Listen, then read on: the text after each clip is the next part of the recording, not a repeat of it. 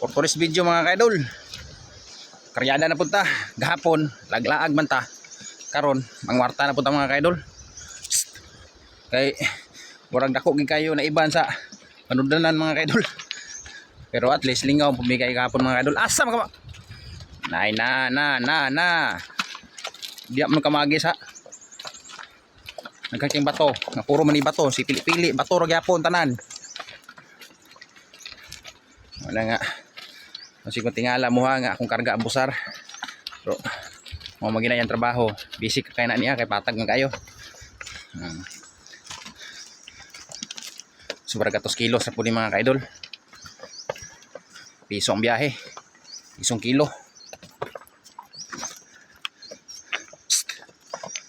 Eh! Alibang bro siya.